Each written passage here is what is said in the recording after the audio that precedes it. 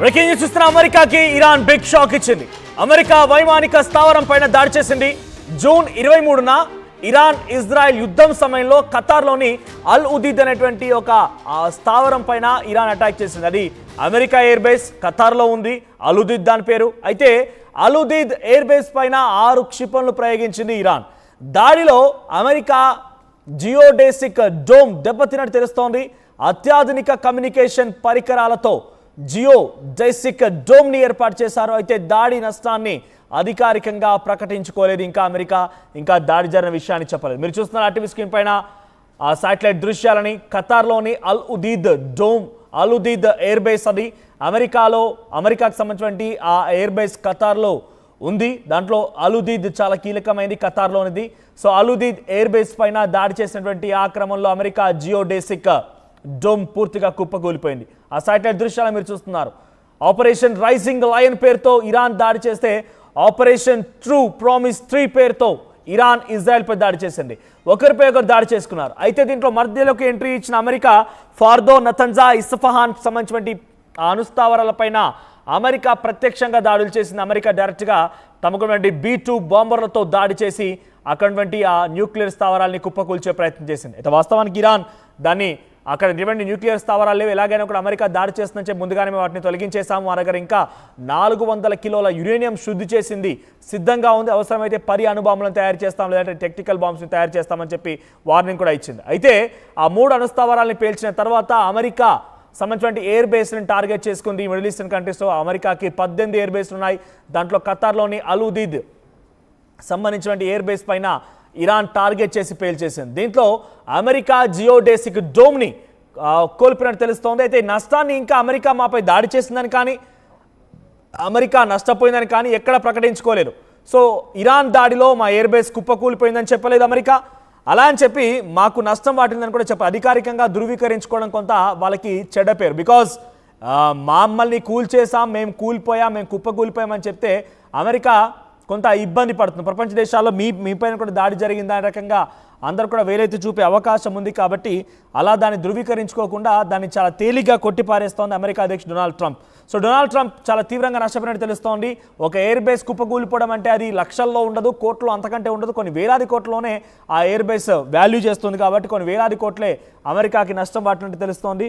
ఏకంగా జియోడేసిక్ డోమ్ని కూడా కుప్పకూలిపోవడం అంటే చిన్న విషయం ఏం కాదు. ఏకంగా తాము ఒక బిగ్గెస్ట్ వెపన్గా, బిగ్గెస్ట్ స్థావరంగా ఉన్నటువంటి ఆ ఎయిర్ బేసెస్లో ఈ జియోడేసిక్ డోమ్స్ అనేది కూడా అటువైపుగా వచ్చేటువంటి ఆ డ్రోన్లు లేదంటే మిసైల్స్ని వాటిని అడ్డుకోవడం కోసం. ఉదాహరణకి ఇజ్రాయిల్లో ఐరన్ డోమ్ అనేది ఉంది.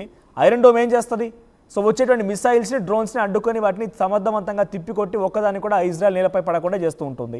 సో ఆకాష్ తీర్ ఇండియాలో ఉంది, అది కూడా దానిపైన కూడా అదే మిసైల్స్, డ్రోన్స్ రాకుండా తిప్పికొట్టే ప్రయత్నం. అలాంటిదే ఈ జియోడేసిక్ డోమ్. ఇదేం చేస్తుందంటే అక్కడ ఎయిర్ బేసెస్లో ఎటువంటి దాడులు జరగకుండా ఒకవేళ మిసైల్స్, డ్రోన్స్ లాంటివి వచ్చినా కూడా వాటిని తిప్పికొట్టే పని చేసేదే ఈ జియోడేసిక్ డోమ్.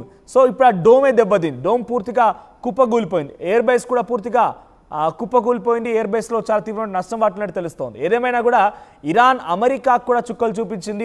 అల్ ఉదీద్ ఆ ఎయిర్ బేస్ పైన దాడి చేసి ఆఖరికి వస్తే వరుసగా అటు ఇరాన్ ఇజ్రాయెల్పై దాడి చేసింది, ఇజ్రాయెల్ ఇరాన్ పైన దాడి చేసింది, వరుసగా దాడులు చేస్తున్నారు. మధ్యలో 10వ రోజున అమెరికా వచ్చి ఇరాన్లో ఉన్నటువంటి అణుస్థావరాలను పేల్చేసింది. ఆ తర్వాత మరుసటి రోజే ఖతర్లో ఉన్నటువంటి అమెరికా ఎయిర్ బేస్ పైన ఇరాన్ దాడి చేసింది. సో అన్ని వైపులా అన్ని దేశాలకు నష్టపోయాయి. కానీ ఎక్కువగా నష్టపోయింది ఇరాన్ మాత్రమే. కానీ ఇరాన్ మాత్రం ఒక రకంగా డెఫినెట్గా హిస్టరీలో ఒక నేమ్ ఎంగ్రేవ్ చేసి పెట్టుకుంది. ఏంటంటే అది అమెరికా పైన దాడి చేసింది. అమెరికా డొనాల్డ్ ట్రంప్ని సైతం హెచ్చరించే విధంగా అల్ ఉదీద్ ఎయిర్ బేస్ పైన మిడిల్ ఈస్టర్న్స్లో ఉన్నటువంటి ఒక ఎయిర్ బేస్ అంటే అమెరికా ఏం ఆలోచిస్తుందంటే ఎక్కడైనా మేము వెళ్ళొచ్చు, ఎక్కడికైనా వెళ్ళగలుగుతాం, ఏదైనా చేయగలుగుతాం, ఎంత దూరమైనా వెళ్ళగలుగుతాం, ఎప్పుడైనా చేయగలుగుతాం, ఎటువంటి దాడైనా చేయగలుగుతాం, మేము ఎక్కడ అంటే అక్కడ మా స్థావరాలు ఏర్పాటు చేసుకోగలమంటే ఒక అహంకార ధోరణితో అమెరికా అధ్యక్షుడు డొనాల్డ్ ట్రంప్ ఉంటే ఆ డొనాల్డ్ ట్రంప్ యొక్క అహంకారానికి చెంపపెట్టులా ఇరాన్ అల్ ఉదీద్ ఎయిర్ బేస్ పైన దాడి చేయడమే కాకుండా అక్కడ జియోడేసిక్ డోమ్ని కూడా కుప్పకూల్చేసింది.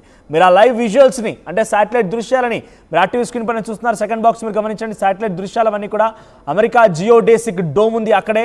అల్ ఉదీద్ ఖతార్లో ఉన్నటువంటి అమెరికా ఎయిర్ బేసెస్లో అక్కడ ఉన్నటువంటి ఆ ఎయిర్ బేసెస్ని రక్షించుకోవడం కోసం జియోడేసిక్ డోమ్ ఉపయోగపడుతుంటుంది. సో తమపైన ఎటువంటి మిసైల్స్ వచ్చినా డ్రోన్స్ వచ్చినా వాటిని సమర్థవంతంగా తిప్పుకోవడం కోసం ఆ ఎయిర్ బేస్ని రక్షించడం కోసం ఈ జియోడేసిక్ డోమ్ ఉపయోగపడుతుంది.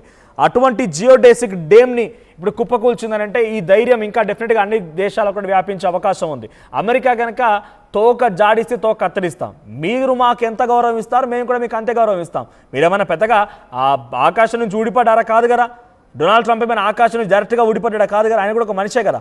సో మీరు ఇచ్చే గౌరవాన్ని బట్టే మేము ఇచ్చేటువంటి గౌరవం కూడా ఉంటుంది. Give respect and take respect అన్నట్టుగా అన్ని దేశాలు కూడా ఇప్పుడు ఇరాన్ తీరుని అవలంబించి మీరు మమ్మల్ని గౌరవించి మమ్మల్ని కాపాడితే మేము మిమ్మల్ని కాపాడతాం, లేదు అనుకుంటే కనుక డెఫినెట్గా మీకున్నటువంటి కొన్ని ఇబ్బందులు కూడా తప్పవు అన్నట్టుగా